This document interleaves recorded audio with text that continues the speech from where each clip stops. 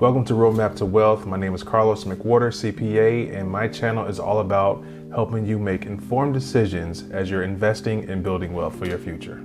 Today, I'm going to answer a question that I get a lot, and that is, how many index funds should I own, or which index funds should I own? And there's no straightforward answer to that. It all depends on what indexes you like and what exposure does a different index give you. And I say exposure because many people think owning 2 indexes or 3 indexes is enough just because they're index funds. But it all depends on the type of exposure you get. Sometimes the index funds that you buy, if you have more than one, you're pretty much getting the same thing. It's not really diversifying your portfolio. And let me explain why. Now, more specifically, I'm talking about someone who has an S&P 500 index fund versus a total market index fund. I've seen people who own both. I explained to them that you might not want to do that because of the close correlation between the two assets. A correlation is just saying that two things have a mutual connection to each other. When it comes to investing, the correlation between one stock and another stock depends on how these stocks perform over a period of time. Sometimes they perform pretty much the same, so they are very closely correlated. So owning both of those stocks does not give you any type of different exposure. You're pretty much owning the same thing. Let's look at why owning an S&P 500 fund and owning a total market fund at the same time might not be a good idea.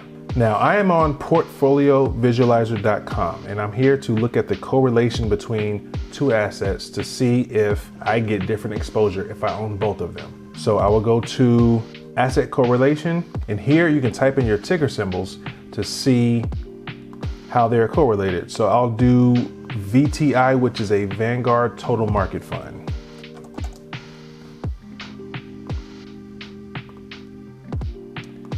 And I'll also do VOO, which is a Vanguard S&P 500 Index Fund.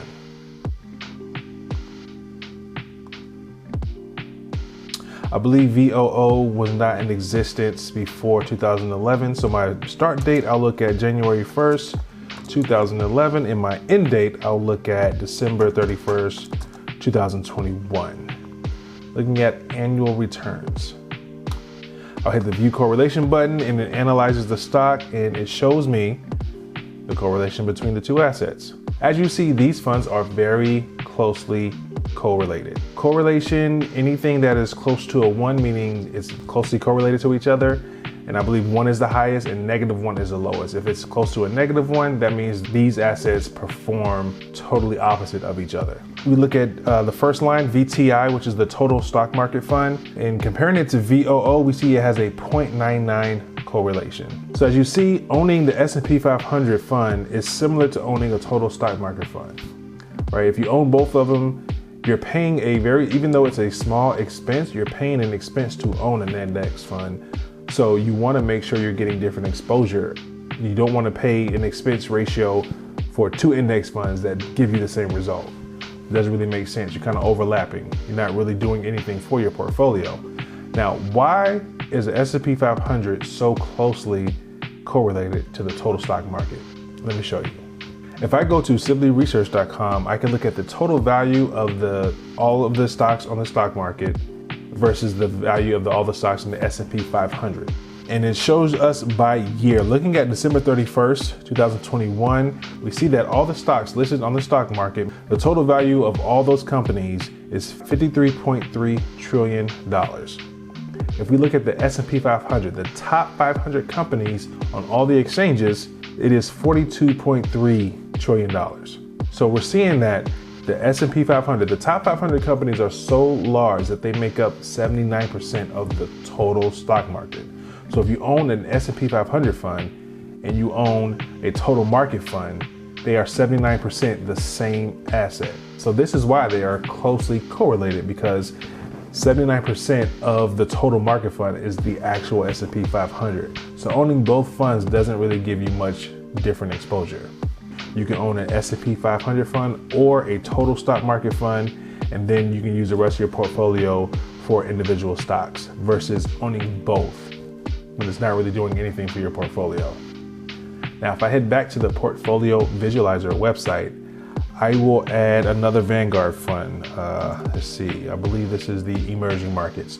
So emerging markets, we're talking about countries that are not fully developed, also not third world countries. As you see, over the past 10 years, we only see a 2.9% return. So yeah, that's not great, but this tool allows you to see if you're getting different exposure based on the different fund.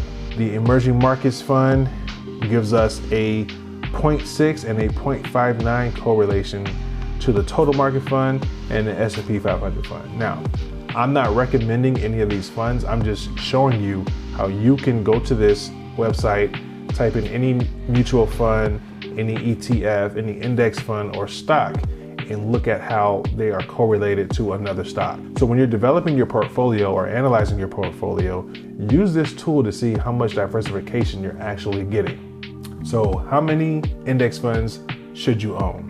If you're buying a total market fund or an S&P 500 fund, I would say you only need one. If you choose to throw in a different fund, whether it's an emerging market fund, a technology fund, utilities, or whatever industry that you're interested in owning or having exposure to, if you grab one of those, I believe you might want to add an S&P 500 or a total market fund to the mix to make sure that you're getting exposure and that you're well diversified. Here's what you do.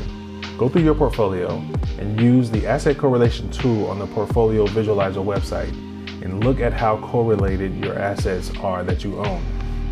You might find out that some of your assets are very closely related, and if you have too many that are very closely related, you might want to look at diversifying your portfolio to better diversify your holdings. And so it really doesn't matter how many index funds you own. What matters is that you're getting proper diversification and you're not paying more expenses for these index funds than you need to when you own two that pretty much perform the same way. So thanks for joining me today. Please hit the like button or subscribe to my channel if you found this helpful. Please share this video with a fellow investor who you believe needs this information, and I look forward to seeing you in the next video.